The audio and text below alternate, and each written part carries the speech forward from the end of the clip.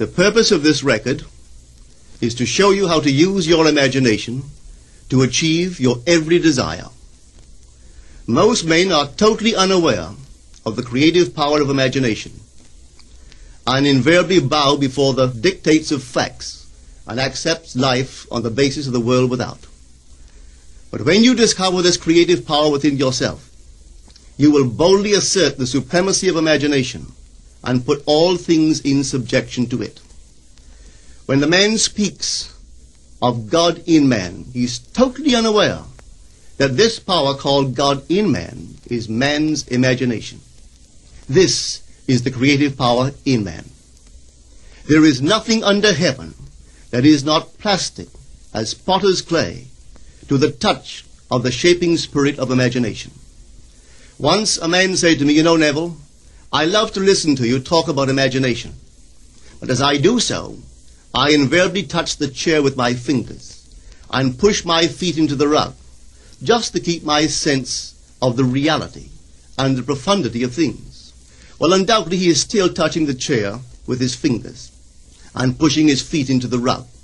But now let me tell you of another one who didn't touch with her fingers and didn't push that foot of hers onto the board of the streetcar.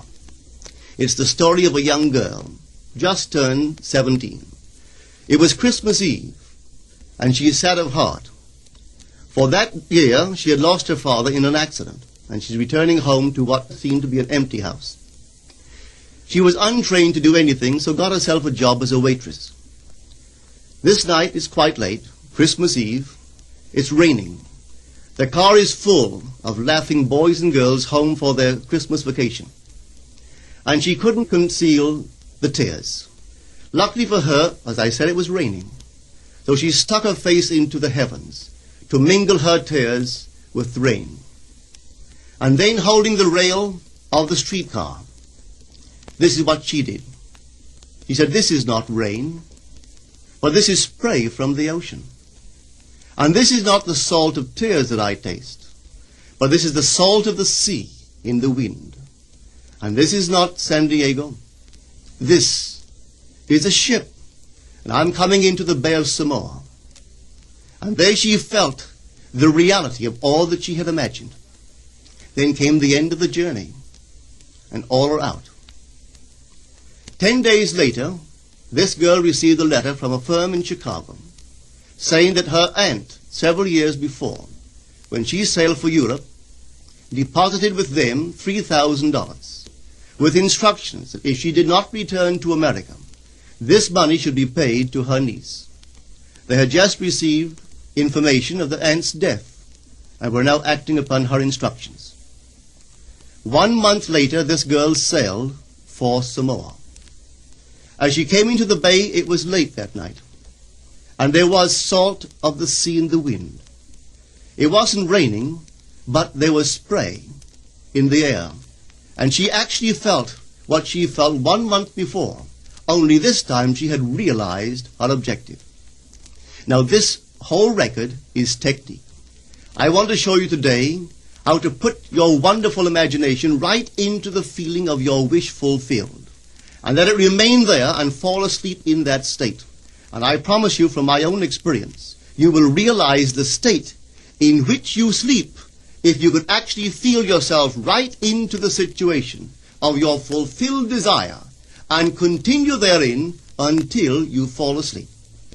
As you feel yourself right into it, remain in it until you give it all the tones of reality, until you give it all the sensory vividness of reality. As you do it, in that state, quietly fall into sleep. And in a way you will never know, you could never consciously devise the means that will be employed, you will find yourself moving across a series of events leading you towards the objective realization of this state. Now here is a practical technique. The first thing you do, you must know exactly what you want in this world. When you know exactly what you want, make as lifelike a representation as possible of what you would see and what you would touch and what you would do and physically moving in such a state. For example, suppose I wanted a home, but I had no money, but I still know what I want. without taking anything into consideration, I would make as lifelike a representation of the home that I would like, with all the things in it that I would want. And then, this night, as I would go to bed, I would, in a drowsy, sleepy state, the state that borders upon sleep, I would imagine that I am actually in such a house, that were I to step off the bed, I would step upon the floor of that house.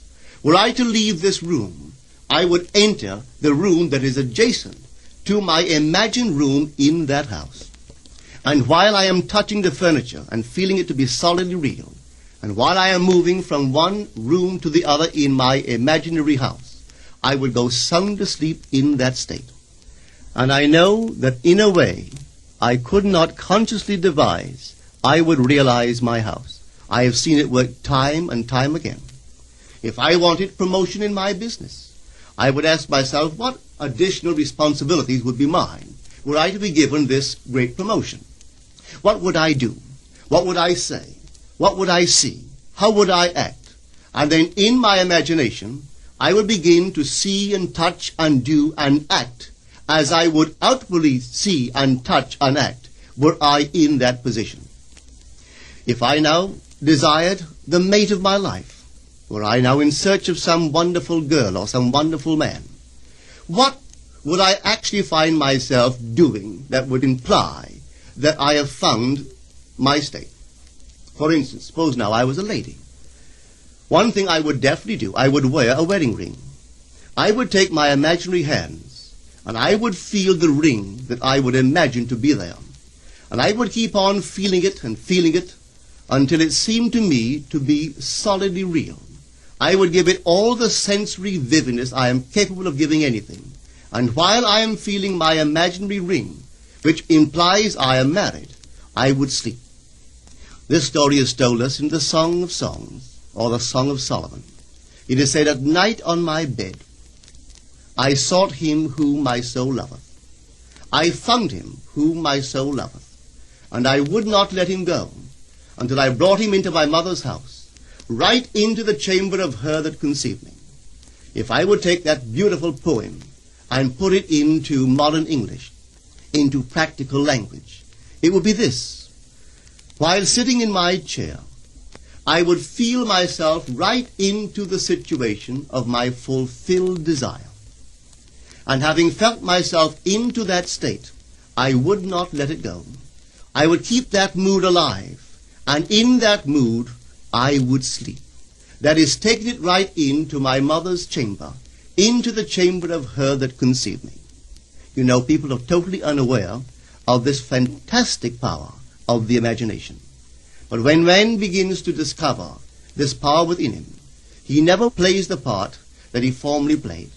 He doesn't turn back and become just the reflective life. From here on in, he is the affecter of life. The secret of it is to center your imagination in the feeling of the wish fulfilled and remain therein. For in our capacity to live in the feeling of the wish fulfilled lies our capacity to live the more abundant life. Most of us are afraid to imagine ourselves as important and noble individuals, secure in our contribution to the world, just because at the very moment that we start our assumption, reason and our senses deny the truth of our assumption. We seem to be in the grip of an unconscious urge which makes us cling desperately to the world of familiar things and resist all that threatens to tear us away from our familiar and seemingly safe moorings. But I appeal to you to try it. If you try it, you will discover this great wisdom of the ancients, for they told it to us in their own strange, wonderful, symbolical form. But unfortunately, you and I misinterpreted their stories and took it for history when they intended it as instruction to simply achieve our every objective. You see, imagination puts us inwardly in touch with a world of states. These states are existent. They are present now. But they are mere possibilities while we think of them.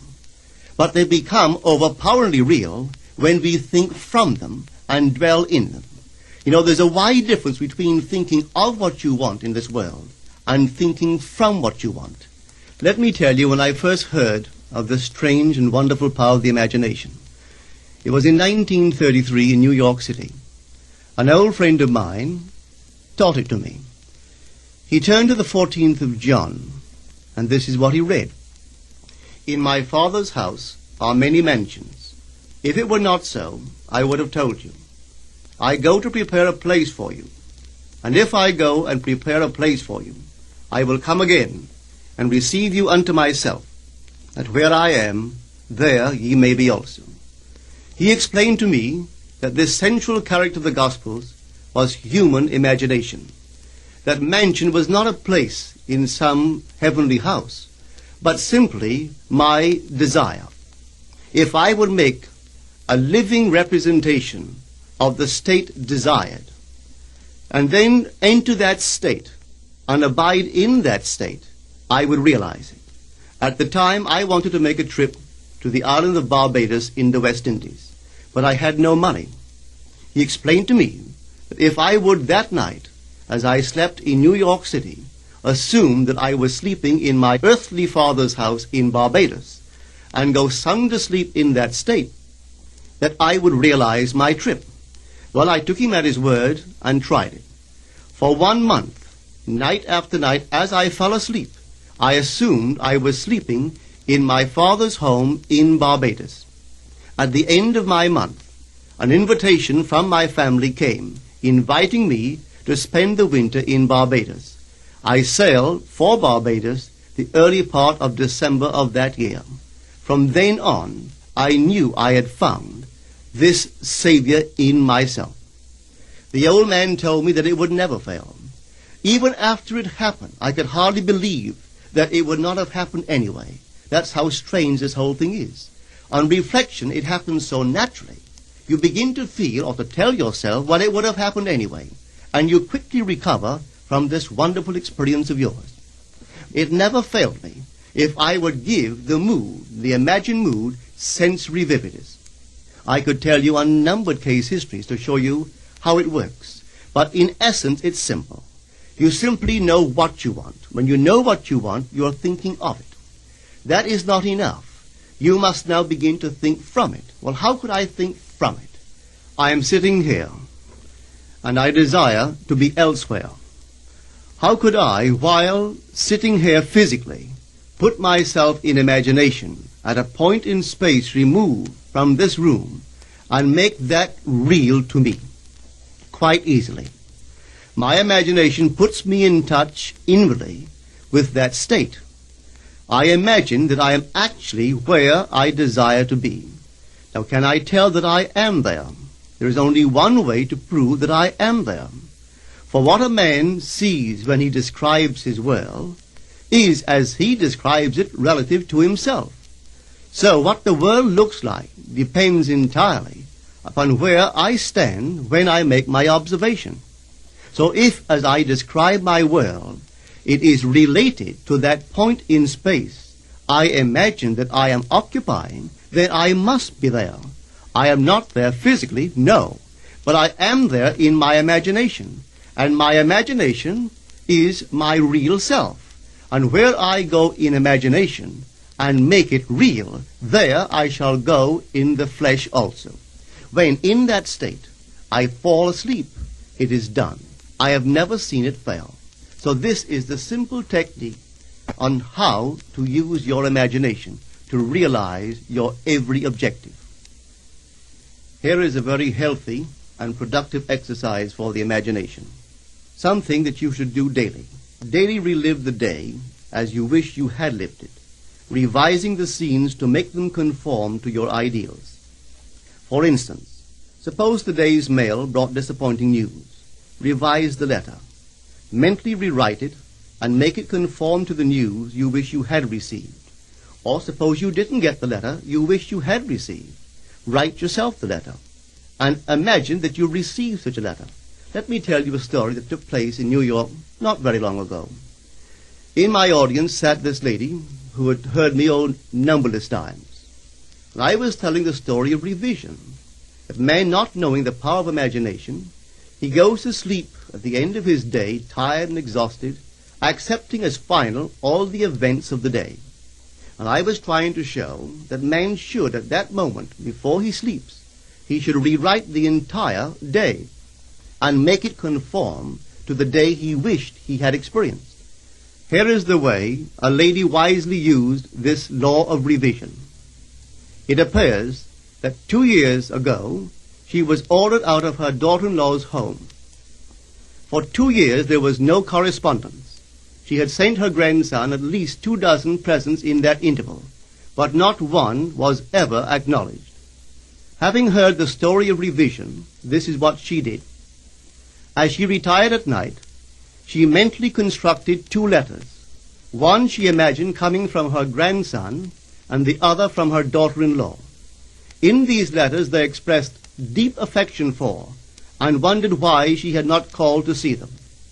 This she did for 7 consecutive nights, holding in her imaginary hand the letter she imagined she had received, and reading these letters over and over until it aroused within her the satisfaction of having heard.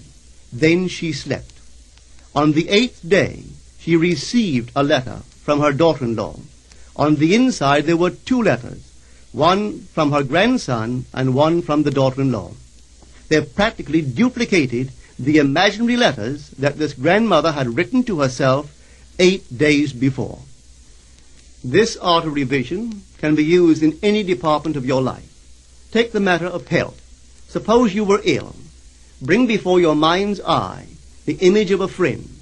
Put upon that face an expression which implies that he or she sees in you that which you want the whole world to see. Just imagine he is saying to you that he has never seen you look better, and you reply, I have never felt better. Suppose your foot was injured. Then do this. Construct mentally a drama which implies that you are walking, that you're doing all the things that you would do if the foot was normal, and do it over and over and over until it takes on the tones of reality. Whenever you do in your imagination that which you would like to do in the outer world, that you will do in the outer world. The one requisite is to arouse your attention in a way and to such intensity that you become wholly absorbed in the revised action. You will experience an expansion and refinement of the senses by this imaginative exercise, and eventually achieve vision in the inner world. The abundant life promised us is ours to enjoy now, but not until we have the sense of the Creator as our imagination can we experience it. Persistent imagination, centered in the feeling of the wish fulfilled, is the secret of all successful operations. This alone is the means of fulfilling the intention.